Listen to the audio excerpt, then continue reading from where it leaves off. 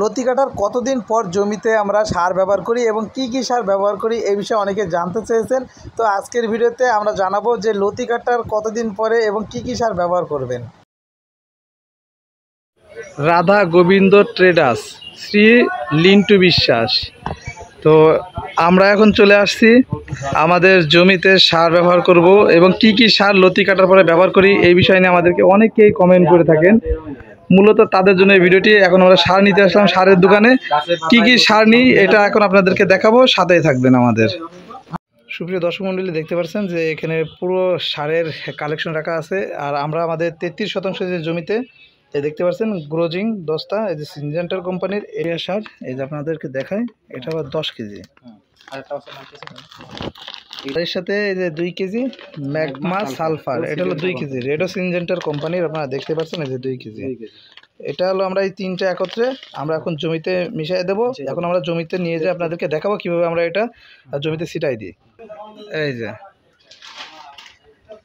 এই যে গ্রোজিং দস্তা, ম্যাগমা সালফার এবং ইউরিয়া সার নিয়ে আসেন।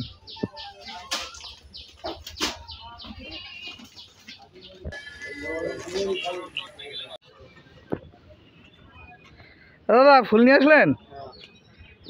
যাক, আপনারটা কতটুকু হয়েছে? আপনারা দেখতে পাচ্ছেন এখন আমরা আমাদের জমিতে সার ব্যবহার করব, তার জন্য জমিতে চলে আসলাম। এই যে দেখতেই পাচ্ছেন সামনে জমি, সাথে থাকুন।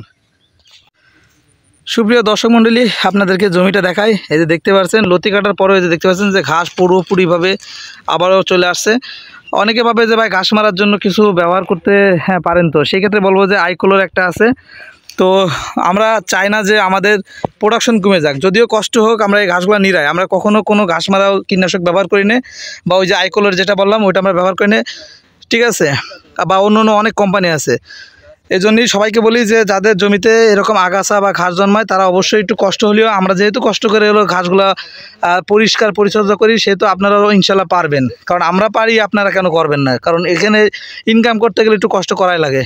আর এই যে এখন আমরা সারগুলা দেবো জমিতে, যেহেতু এখন আসলাম। এই যে সারগুলা গ্রোজিং, এই যে দেখতে পাচ্ছেন, এটা আপনাদেরকে দেখাই।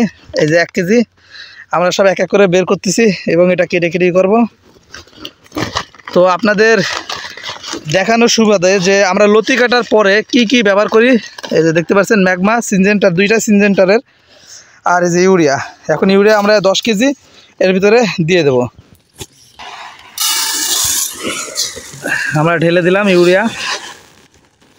আপনাদেরকে আজকে পুরোপুরি দেখানোর চেষ্টা করতেছি যে লতি কাটার 1 দিন পরে বা 2 দিন পরে কি কি আমরা ব্যবহার করে থাকি এবং ঘুরাই ফ্রাই। মানে এই সপ্তাহে যদি আমরা একটা সার দিয়ে দিই, পরের সপ্তাহে আমরা অন্য একটা ব্যবহার করব। পরের সপ্তাহটা আমরা কি ব্যবহার করি সেটা আপনাদেরকে দেখাবো। তো আমরা এক এক করে প্যাকেটগুলো ছিঁড়তেছি। এই যে দেখতে পাচ্ছেন গ্রোজিংটা দিয়ে দিচ্ছি, এই যে দেখতে পাচ্ছেন, এই যে দেখুন এগুলা কিন্তু আমরা সব একসাথে মিশাবো। এই যে দেখতে পাচ্ছেন একসাথে মিশাই নিচ্ছি আমরা।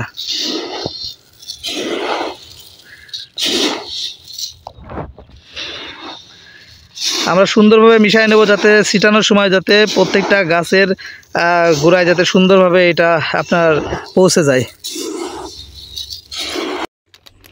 আমরা এখন দেখতে পাচ্ছেন যে ম্যাগমাটা দিয়ে দিচ্ছি।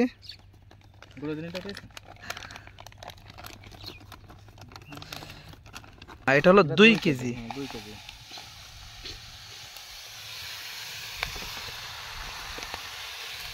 এই যে দেখতে পাচ্ছেন গাছ একটু ডাউন, এই পাশে পরে ধরে দেবেন, অল্প করে দিছি, অল্প করে দিছি।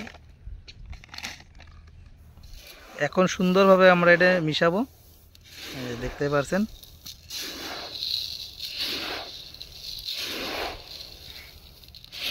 এই সার দিলে গলিয়ে দেয় তাড়াতাড়ি বলতে। এই যে দেখতে পাচ্ছেন আমরা এখন সারগুলা ভাগ করে নিচ্ছি, এই যে দেখতে পাচ্ছেন। আর এটা দ্রুত ছিটাতে হবে, গলে যাবে, নাহলে দেখতে পাচ্ছেন যে ম্যাগমাটা গলে যাইতে পারে। আপনাদেরকে একটা জিনিস আমি বলে দিই, যখন গাছগুলা এরকম বড় হয়ে যাবে অবশ্যই আপনারা চেষ্টা করবেন নিচ থেকে সারগুলা ছিটাই দিতে।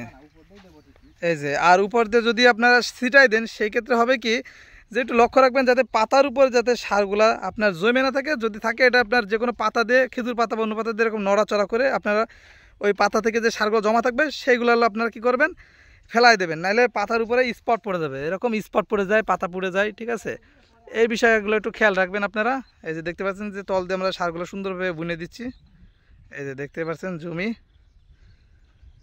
আপনারা দেখতে পাচ্ছেন। অনেকে আমাদেরকে বলেন যে ভাই কী কী সার ব্যবহার করেন লতি কাটার পরে, তাদের মূলত এই বিষয়টি তুলে ধরলাম যে আমরা লতি কাটার পরে কী কী সার ব্যবহার করে থাকি, এটা আপনাদেরকে দেখানোর মূল উদ্দেশ্য ছিল। এই যে দেখতে পাচ্ছেন। আর অবশ্যই আপনারা আগাছা পরিষ্কার করার চেষ্টা করবেন, তাহলে আপনারা আরও ভালো রেজাল্ট পাবেন। কিন্তু আগাছা পরিষ্কারের জন্য অন্য কোনো কিছু ব্যবহার করার দরকার নাই। এই যে দেখতে পাচ্ছেন লতিগুলা, আপনারা দেখতে পাচ্ছেন আমাদের প্রোডাকশন, লতির প্রোডাকশনগুলো দেখতে পাচ্ছেন। এই যে দেখুন, তো দেখতে পাচ্ছেন যে ওখান থেকে আমরা সার দিচ্ছি, দাদা একটু উপর থেকে সার দিচ্ছে আপনাদের দেখানোর সুবিধার্থে যে সার দেওয়ার সিস্টেম আপনি দুই প্রকারই দুইভাবেই দিতে পারবেন, উপর থেকেও দিতে পারবেন, তল থেকেও দিতে পারবেন, এটা কোনো সমস্যা না। সমস্যা হলো একটাই যে গাছের উপরে, পাতার উপরে যাতে সারটা যেন আপনার জমে না থাকে।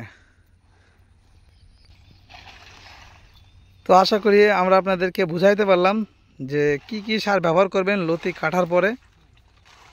এই যে দেখতে পাচ্ছেন, আমরা পরের সপ্তাহে অন্য সার ব্যবহার করবো, সেটা আপনাদেরকে জানাই দেবো কী কী সার আমরা পরের সপ্তাহে ব্যবহার করব। তো আমরা আজকের ভিডিওটা আমরা এখানে শেষ করতেছি। সবাই ভালো থাকবেন, আল্লাহ হাফেজ।